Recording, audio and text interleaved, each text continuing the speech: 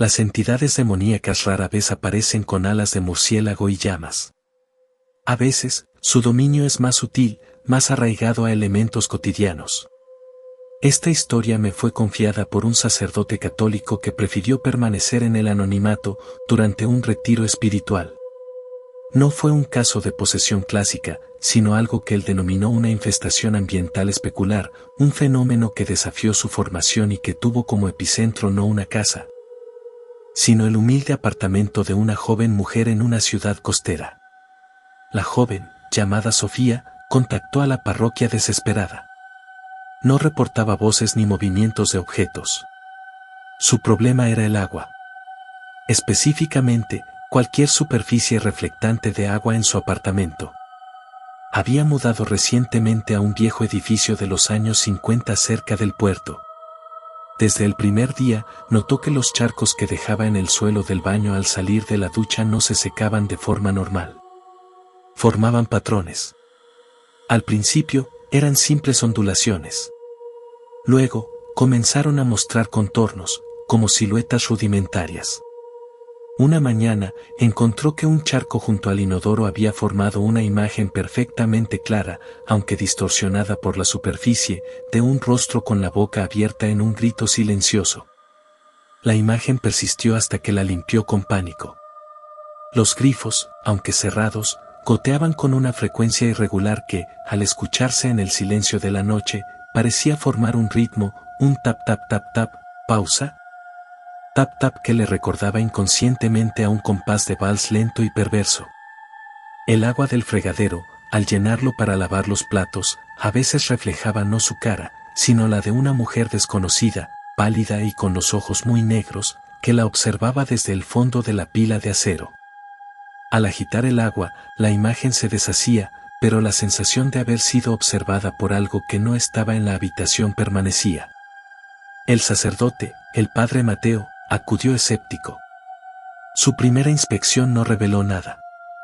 Bendijo el apartamento con agua bendita. Al hacerlo, notó algo extraño. Cuando las gotas de agua bendita cayeron sobre el espejo del baño, no se escurrieron de inmediato. Se quedaron pegadas, formando durante unos segundos el contorno de una mano abierta, como si algo desde el otro lado del espejo la estuviera presionando contra el cristal desde dentro. Y el agua bendita en el hisopo, momentos después, olía ligeramente a salmuera podrida, un olor totalmente ajeno al incienso y la cera. El fenómeno se intensificó. Sofía reportó que su gato se negaba a beber agua de su cuenco en el apartamento, pero si lo hacía sí se lo llevaba al pasillo. Una noche, despertó sedienta y fue a la cocina. Al encender la luz, vio que el cuenco del gato, lleno de agua, reflejaba no el techo de la cocina, sino un espacio oscuro y húmedo, como una cueva o una bodega de barco, y en ese reflejo, un par de ojos rojos, bajos, como a ras de suelo, la observaban. Tiró el cuenco, aterrada. El padre Mateo, ahora seriamente preocupado, investigó la historia del edificio. Descubrió que en los años 60, en ese mismo apartamento, había vivido un marinero mercante. El hombre, según los registros de la policía, había sido encontrado muerto en la bañera, ahogado en apenas unos centímetros de agua. La autopsia no encontró causas naturales ni traumas. El informe citaba muerte por inmersión, pero con una nota peculiar: el agua de la bañera tenía una salinidad anormalmente alta para el suministro de la ciudad y el cadáver presentaba livideces. Acumulación de sangre por gravedad, que sugerían que había estado flotando boca abajo durante horas, a pesar de que la bañera era demasiado pequeña para permitirlo. El caso se archivó como un accidente extraño o un suicidio. Convencido de que se enfrentaba a algo más que sugestiones, el padre Mateo consultó a un viejo exorcista ya retirado. Este le habló de una categoría rara de entidades no demoníacas en el sentido bíblico, sino elementales residuales o larvas psíquicas de gran poder. Criaturas que no poseen un alma, pero que pueden surgir de una muerte traumática vinculada a un elemento, agua, fuego, tierra, en un lugar cerrado, especialmente si la muerte estuvo imbuida de un terror extremo y una sensación de atrapamiento. Esa energía, según la teoría del anciano, podía fusionarse con el elemento en cuestión en ese lugar, creando una inteligencia parásita y hambrienta. Una especie de eco con intención que se alimenta del miedo y busca repetir las condiciones de su creación. El ente en el apartamento de Sofía no era el fantasma del marinero. Era algo que había nacido en el momento de su ahogamiento absurdo y terrorífico. Una criatura hecha de su pánico, del agua salada que quizás soñó en su agonía y de la naturaleza reflectante del agua que fue su tumba. Su dominio no era el alma, sino las superficies acuáticas, y su objetivo no era la posesión, sino la imitación. Buscaba recrear su propia muerte atrayendo a la ocupante actual hacia el agua, haciéndola ver cosas, perturbando su mente hasta que, en un descuido de miedo o fascinación, pudiera arrastrarla a una muerte por ahogamiento que la convertiría, a su vez, en más combustible para su existencia. El padre Mateo no realizó un exorcismo tradicional. En su lugar, con la ayuda de un fontanero, realizó un ritual de purificación y desagüe. Bendijo sal gruesa y la disolvió en todos los desagües del apartamento mientras recitaba oraciones de cierre y liberación. Luego, selló simbólicamente cada punto de agua, grifos, desagües, con cera bendita, no para bloquearlos, sino para marcar un límite. Finalmente, rompió el espejo principal del baño y lo enterró en tierra consagrada, interrumpiendo el principal portal especular del ente. Los fenómenos cesaron. Sofía se mudó poco después. El padre Mateo nunca más volvió a subestimar un caso por leve. Había aprendido que lo demoníaco no siempre es un príncipe del infierno. A veces, es una gota de agua que recuerda demasiado bien el sabor del miedo, y que, desde el otro lado del reflejo, aprende a dibujar rostros y a llamar con el ritmo de un goteo, esperando pacientemente a que alguien se incline lo suficiente sobre su superficie como para perder el equilibrio y caer, para siempre, en su frío y silencioso reino.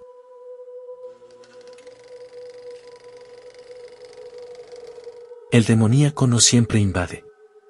A veces, simplemente habita lo que nosotros dejamos vacío. Esta historia proviene de los diarios de mi bisabuelo, arquitecto que trabajó en la reconstrucción de ciertos pueblos europeos tras la Segunda Guerra Mundial.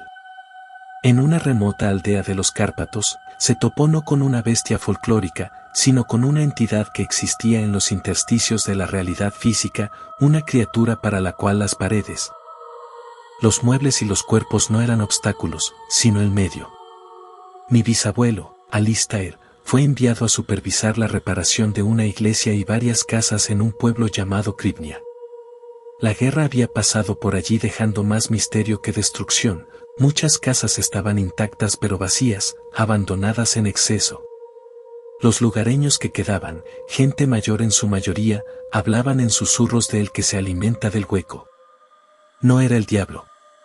Era algo sin nombre, que había llegado, según ellos, con el humo de los cañones y el frío de las tumbas abiertas. Los primeros días fueron normales. Hasta que Alistair, alojado en la casa del pastor, el único edificio con 2 pisos en buen estado, comenzó a experimentar fenómenos geométricos. Se despertaba con la certeza de que los ángulos de la habitación estaban mal. No era una ilusión óptica. Al medirlos con su escuadra de arquitecto, encontraba que alguna esquina tenía 89 o 91 grados en lugar de 90. Los marcos de las puertas parecían inclinarse milimétricamente hacia adentro durante la noche. Los muebles, pesados y antiguos, aparecían desplazados centímetros, no por un empujón, sino como si el espacio que ocupaban se hubiera contraído o expandido, expulsándolos. El fenómeno más inquietante eran las sombras. No eran sombras que se movieran contra las leyes de la luz. Eran espacios negativos que se materializaban. Por ejemplo, Alistair podía estar leyendo junto a la chimenea. En su visión periférica, en el rincón opuesto de la sala, había una silla vacía. Al desviar la mirada directamente hacia ella, la silla seguía allí, pero proyectaba una sombra alargada que, por un instante, no coincidía con la posición del fuego ni de la lámpara. Y en el corazón de esa sombra, la oscuridad era más densa, más profunda, casi tangible.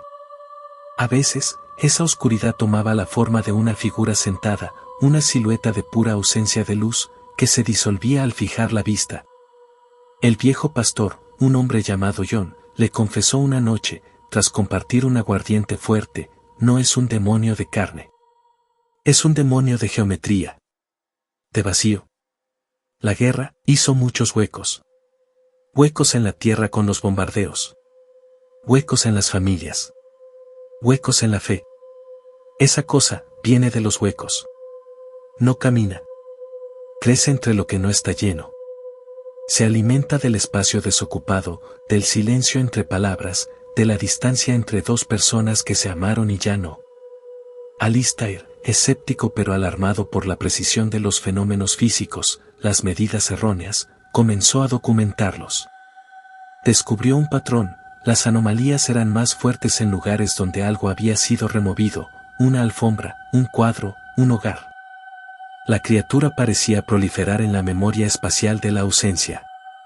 El clímax llegó cuando dos de los obreros de reparación, durmiendo en una casa que habían limpiado de escombros, desaparecieron.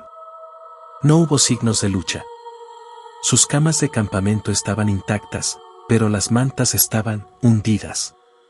No como si alguien se hubiera acostado, sino como si el colchón de aire debajo de ellas hubiera sido succionado, creando un molde perfecto de sus cuerpos en negativo.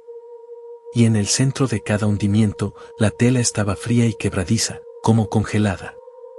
John, aterrorizado, insistió en realizar un ritual, pero no con oraciones. ¿Con ocupación? Reunió a los pocos aldeanos y a los obreros restantes. Esa noche, no se fueron a dormir. Llenaron cada casa vacía, cada habitación, cada rincón. Encendieron todas las luces, todas las velas. Tocaron música con instrumentos sencillos. Cantaron canciones populares, incluso desafinadas. Hablaron a gritos, contaron chistes, llenaron el aire con sonido y movimiento. No estaban ahuyentando a un ente con santidad, sino privándolo de su hábitat. Le estaban negando el vacío, el silencio, el espacio negativo.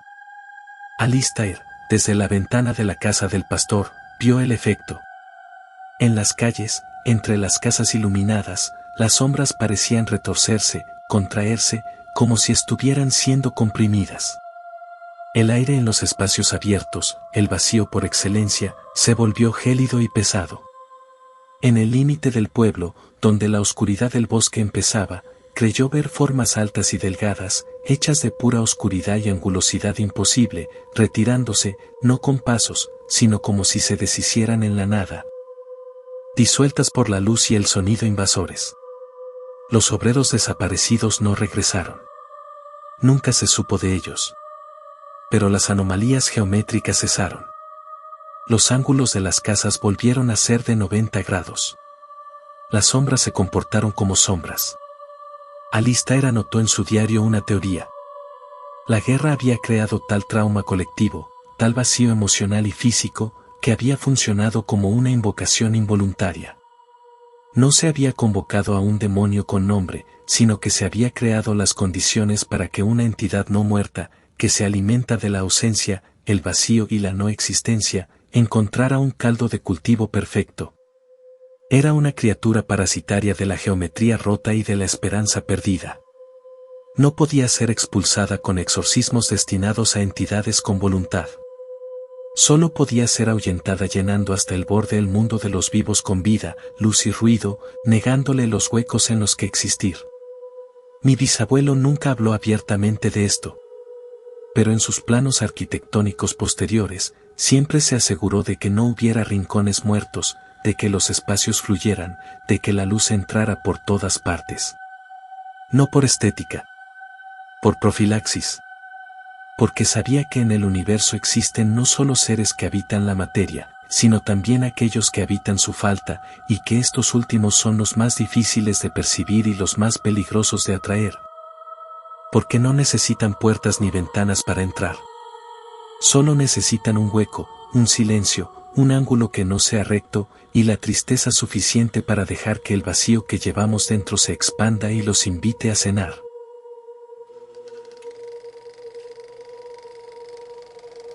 Lo demoníaco no siempre es una presencia abrumadora. A veces, es la corrupción de algo fundamental para la percepción humana, el sonido, o más precisamente, su ausencia y su orden. Esta historia no proviene de registros eclesiásticos, sino de los archivos de un ingeniero de sonido retirado, el señor Armand, quien a finales de los años 70 trabajaba para una pequeña emisora de radio en una ciudad industrial en declive. Su encuentro no fue con un demonio de fuego y azufre, sino con una entidad que él denominó el parásito acústico, una criatura que no habitaba lugares, sino sonidos específicos, y cuyo objetivo era descomponer la realidad a través de la corrupción del sonido ambiente. Armand era un purista del audio. Su santuario era la cabina de transmisión de la radio LVX7, una emisora local que sobrevivía con publicidad de comercios y programas de llamadas de oyentes. El estudio estaba en el piso superior de un edificio antiguo, cerca de los muelles. El equipo era analógico, lleno de diales, medidores VU y bobinas de cinta. Todo iba bien hasta que comenzaron las interferencias. No eran interferencias de radiofrecuencia normales. Ocurrían solo durante ciertos programas, especialmente los que se emitían en vivo en las tardes, cuando la ciudad entraba en un crepúsculo ruidoso. La primera fue durante una entrevista con un poeta local. De repente, en medio de una pausa cargada, el sonido ambiente de la cabina, el leve zumbido de los amplificadores, el rum del ventilador se desdobló. Por un canal, el izquierdo, se oía el sonido normal. Por el derecho, el mismo sonido, pero desincronizado por una centésima de segundo, y con una ligera distorsión armónica, como si fuera una copia envenenada. El efecto en los auriculares era desorientador y producía una náusea instantánea. El poeta, al otro lado del cristal, palideció y tocó sus auriculares, confundido. La interferencia duró 10 segundos y desapareció. Armand revisó todo el equipo. No había fallos. Lo atribuyó a un pico de voltaje. Pero la semana siguiente, durante un programa de música clásica, ocurrió algo peor. En un pasaje tranquilo de un adagio para cuerdas, un único violín comenzó a emitir una nota que no estaba en la partitura. No era una disonancia humana. Era un sonido puro, frío, que parecía existir entre las frecuencias, un sonido que hizo que el medidor VU se disparara hacia la zona roja mientras los oyentes apenas lo percibían como una molestia aguda. Pero Armand, con su oído entrenado, notó algo más. Esa nota imposible parecía absorber el sonido a su alrededor. Los violines cercanos en la mezcla sonaban apagados, como si hubieran perdido energía. Era como un agujero acústico. Decidió grabar todo en cinta maestra para analizarlo después. Al reproducir las cintas, las anomalías estaban allí. Pero también descubrió algo aterrador: las interferencias no eran aleatorias. Seguían un patrón matemático degenerativo. En la primera, la desincronización era de 0.01 segundos. En la segunda, la nota parásita tenía una frecuencia que era la raíz cuadrada negativa de la frecuencia fundamental de la música, un cálculo que no debería tener representación en el mundo físico del sonido. Era como si algo estuviera aprendiendo a través del sonido, y cada experimento fuera más complejo y más corruptor. La situación escaló cuando la entidad Armand ya pensaba en ello como un ello atacó el sonido de las voces humanas. Durante un programa de llamadas, una oyente anciana llamó para contar una anécdota. De repente, su voz, a través de los auriculares de Armand, se descompuso. No se distorsionó como en una mala línea. Se fragmentó. Las sílabas se separaron, se invirtieron y se reorganizaron para formar otras palabras, en otro idioma que sonaba gutural y antinatural. La mujer, al otro lado, seguía hablando con normalidad, pero lo que salía por el equipo de transmisión era un mensaje completamente diferente, un mensaje que hablaba de huesos en el río y el hambre entre las frecuencias.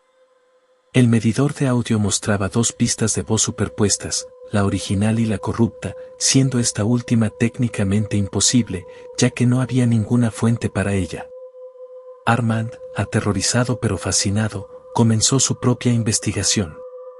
Consultó a un físico de la universidad local, un hombre abierto a ideas marginales.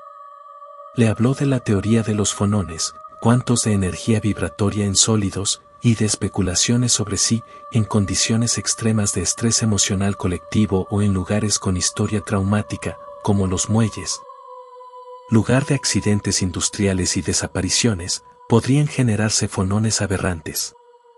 Estas entidades de energía sónica pura, sin conciencia, pero con un instinto parasítico, podrían adherirse a equipos de audio sensibles, alimentándose de la energía del sonido y, en el proceso, corrompiendo su estructura informativa. El físico le dijo, lo que describes no es un demonio con alas. Es un virus de la realidad sónica. Si el sonido es una forma de orden vibratorio que nuestra mente traduce en información, esta cosa es lo contrario, es desorden con patrón. Antiinformación. Y está usando tu equipo como un vector para replicarse a través de las ondas de radio.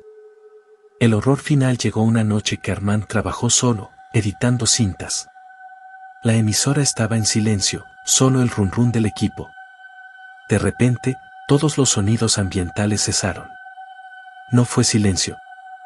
Fue una ausencia absoluta de sonido, tan repentina que le dolió los oídos.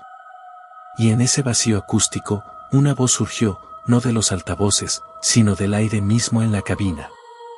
Era una voz compuesta por los susurros de todas las interferencias pasadas, un coro de sonidos corruptos que hablaba al unísono. No dijo palabras. Emitió una secuencia de frecuencias que hicieron que los cristales del reloj de la pared se quebraran, que las bombillas estallaran y que a Armand le sangraran los oídos. La voz barra diagonal entonación no comunicaba un mensaje.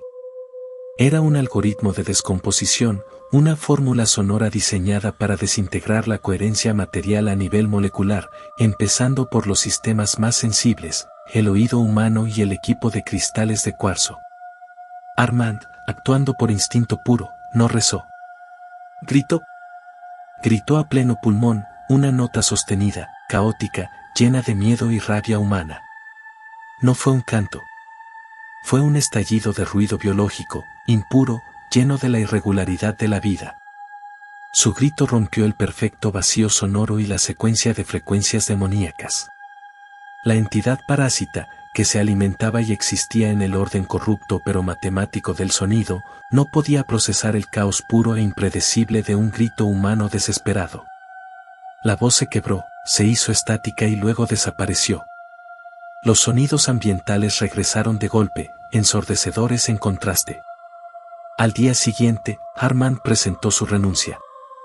Saboteó discretamente el equipo de transmisión principal, haciendo que fuera demasiado inestable para usarse en vivo, forzando a la emisora a usar un equipo de respaldo más moderno y menos sensible. Nunca contó la verdad completa. En sus notas privadas, concluyó que no había luchado contra un demonio, sino contra una enfermedad de la física local. Una entidad nacida tal vez del trauma sónico acumulado de la ciudad industrial, máquinas, gritos, explosiones, que había cristalizado en un parásito de sonido puro, buscando convertir toda vibración ordenada en su propio espejo corrupto. Su victoria no se debió a la fe, sino a la introducción de un elemento que la entidad no podía digerir, el caos irreductible de la vida emocional cruda. Hoy, en la era digital, Armand a veces se pregunta si ese parásito acústico murió con la tecnología analógica o si simplemente migró, esperando en el ruido de fondo del universo digital.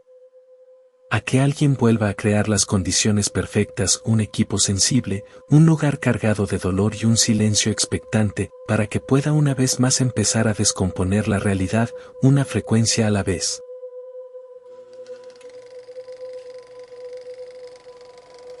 Las entidades demoníacas suelen asociarse con el fuego y la destrucción.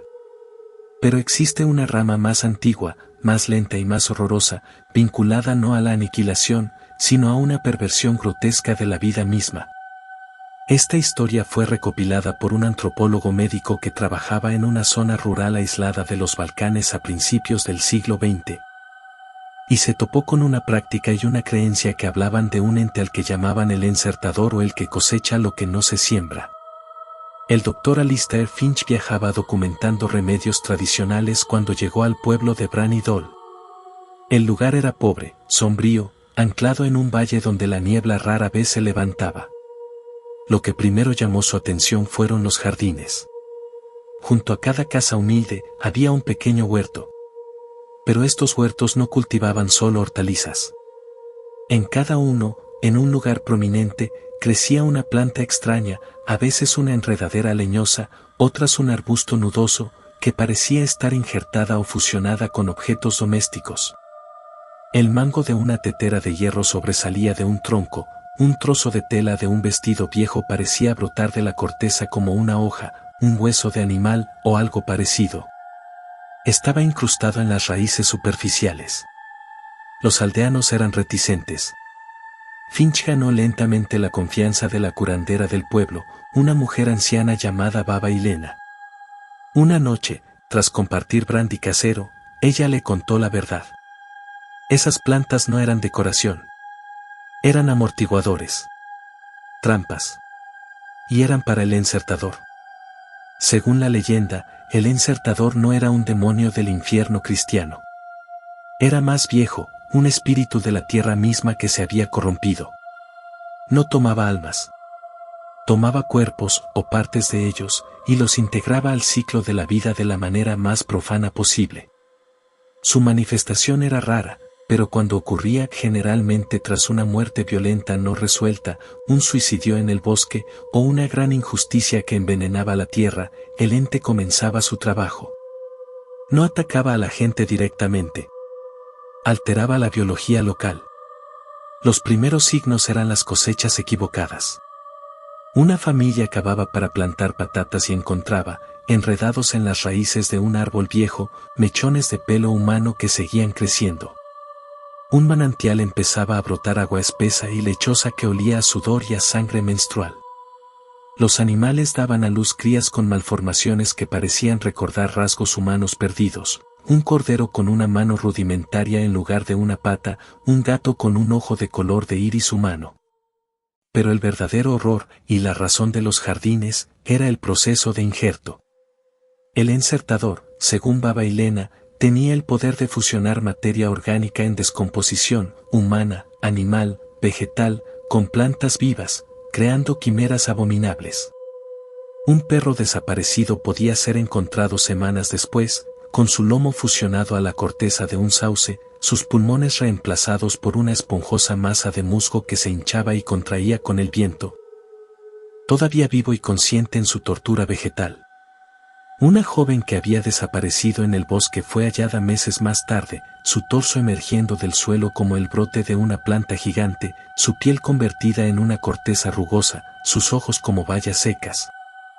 Susurrando palabras sin sentido con una boca llena de tierra. Los jardines eran un contrarritual, una oferta distractora. La creencia dictaba que el encertador era atraído por la soledad de un objeto o de un recuerdo corporal separado de su dueño.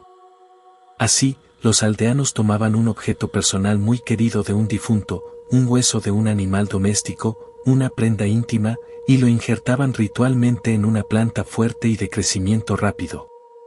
Generalmente una ortiga o una zarza, en un proceso que imitaba simbólicamente el acto del demonio pero controlado. Le daban al encertador algo en lo que hincar sus dientes metafóricos, un sustituto que satisficiera su hambre de fusión perversa. La planta monstruosa resultante se cuidaba con temor y asco, pero también con una especie de reverencia pragmática. Era un sacrificio vegetal para proteger la carne viva de la familia. Finch, escéptico científico, lo consideró una macabra metáfora sobre el duelo y el miedo a la descomposición. Hasta que ocurrió un incidente. Un aldeano borracho y violento, Goran, asesinó a su hermano en una disputa por la tierra y huyó al bosque. El cuerpo del hermano fue enterrado en sagrado. Pero una semana después, cerca del lugar del crimen, empezó a crecer una enredadera negra y espinosa a una velocidad antinatural.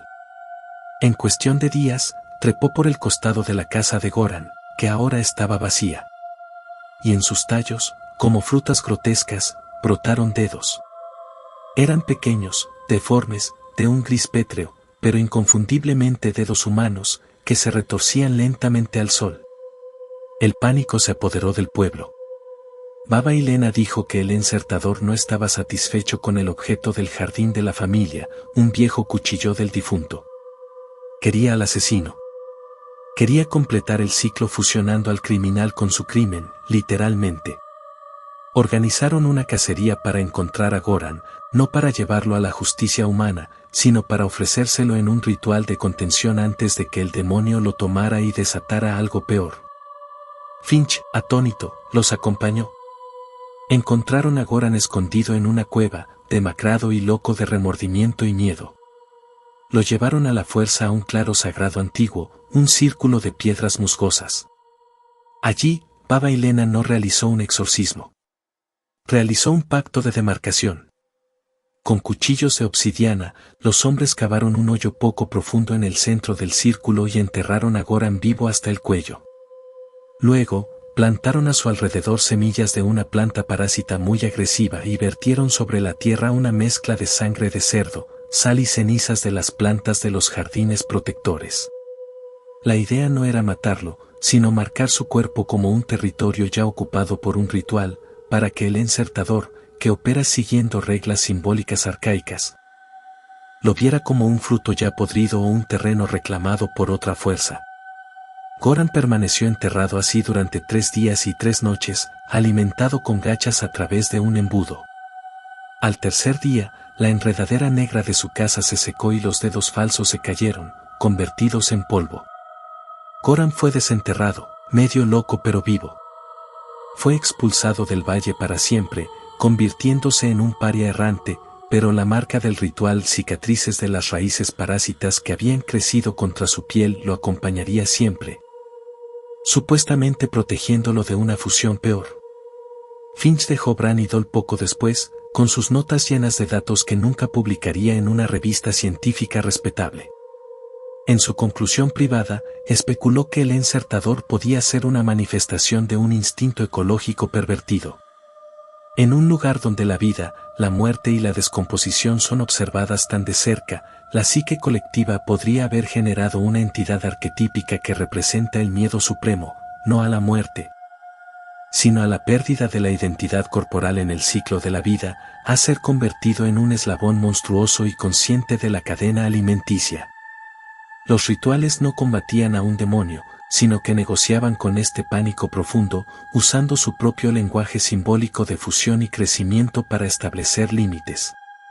Era una teología del terror agrario, donde el infierno no era un pozo de fuego, sino el huerto de al lado, donde las raíces tienen memoria y la tierra, bajo ciertas condiciones, puede recordar la forma de lo que entierras en ella y decidir devolverlo, fusionado con algo más.